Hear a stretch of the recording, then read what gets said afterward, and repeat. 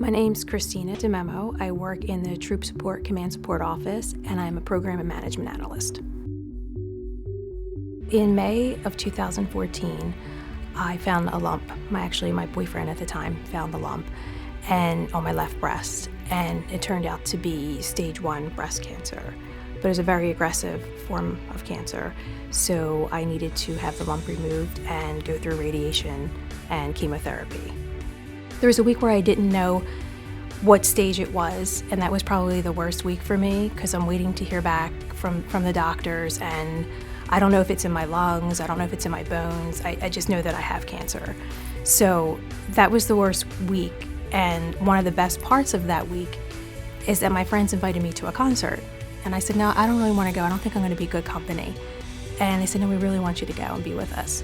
And we went, and we just had so much fun, just being in the moment, and I just really needed their support then. And I mean, because the truth of the matter is, only the moment is real. So I just enjoyed the moment, and that was a really big lesson for me.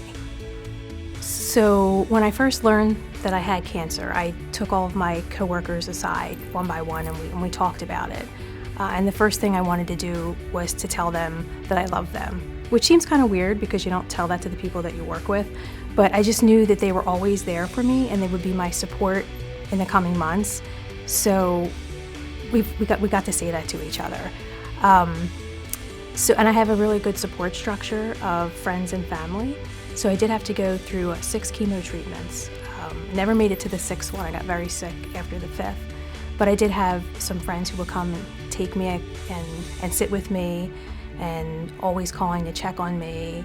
And I just thought to myself, wow, I must have really done something right with my friendships because I have some really good people in my life to help me through. I think the importance of being resilient is that there are always going to be things in life that to some extent, I mean, this was an extreme example, but things are going to challenge all of us and affect all of us. And no matter what you're going through in your life, I mean, for me, it's like, you know, I was sick with chemo, and through the chemo, food didn't taste good. I just kind of felt like really tired. But in the end, those few months I was going through it, that was my life. So I want to be able to still enjoy my life no matter what's happening and appreciate it no matter what's going on, because it's my life. All these months and years make up my life. So yeah, I think being resilient is to be able to go through those challenges and to still live and be appreciative. I hope from my story that people learn to, 1, check themselves to make sure that they don't have any lumps, to not rely on doctors to find them, to also to live in the moment, because the reality is you could have cancer and get hit by a bus, and you're not going to die from cancer. You're going to get hit by the bus. So to just live in the moment and to enjoy the people around you and to build good support systems, because you're not going to know what the time to build a support system is not when you need it. I have been cancer-free for about, I would say, almost a year now.